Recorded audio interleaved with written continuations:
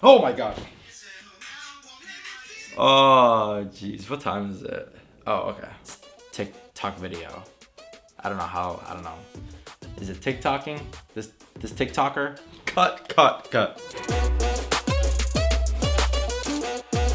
As an adult millennial, I've steered clear of TikTok. I know what it is, I've seen a handful of them, but I've just never used the app. And because, well, it's a Gen Z thing. But recent data has showed that the recent number of adult US visitors to TikTok has more than doubled in a year. And businesses are starting to catch on too. While young people still account for the majority of TikTok users, the recent spike in adult users suggests that the platform is growing up, or proving it has a broader appeal than we thought. Basically using everyday experiences in your everyday life and the simple moments in your life and make them hilarious or make them epic.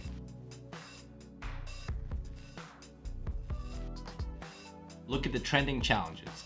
The way to do that is either to look at the hashtags on the bottom of each TikTok video, which will show you the challenge that certain people are participating in. And another way to do it are to look at the trending sounds when you go to make a TikTok video. And within those sounds, you will see potential challenges or trends you can hop on.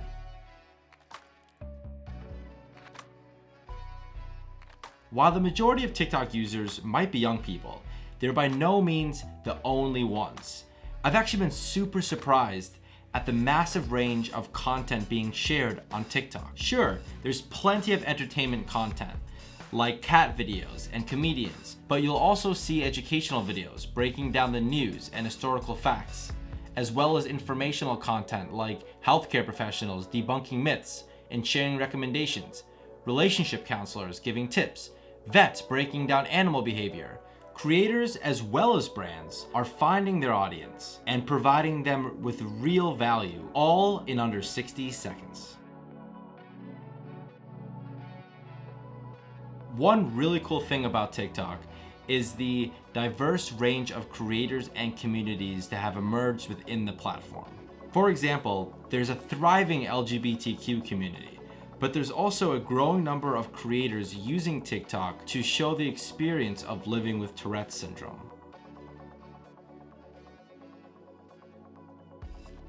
Brands can fit in as long as they make creative videos that give the audience entertainment and give them some value before kind of just going in there and trying to hook someone into buying something.